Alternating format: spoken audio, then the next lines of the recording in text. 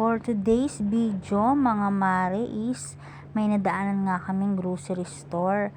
Galing nga kami sa school ni Sophia at dun nga kami bumili ng uniform. At nagpabili nga si Sophia ng biskwit.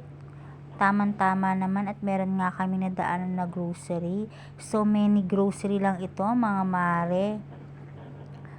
At kumuha nga si Sophia ng Yakult. At naghahanap na nga rin siya ng biskwit na kanyang kukunin mga mare.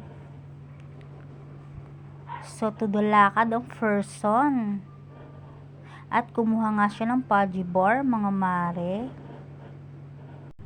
At humahanap pa nga siya ng biskwit na kanyang makukuha. At parang bet nga niya yung Ribisco. At kumuha nga rin siya dyan ng buttercream mga mare. At yun nga mga mare, kumuha na rin si Papa June ng kanyang palaman. So yun lang mga mare, konti lang ang aming pinamili.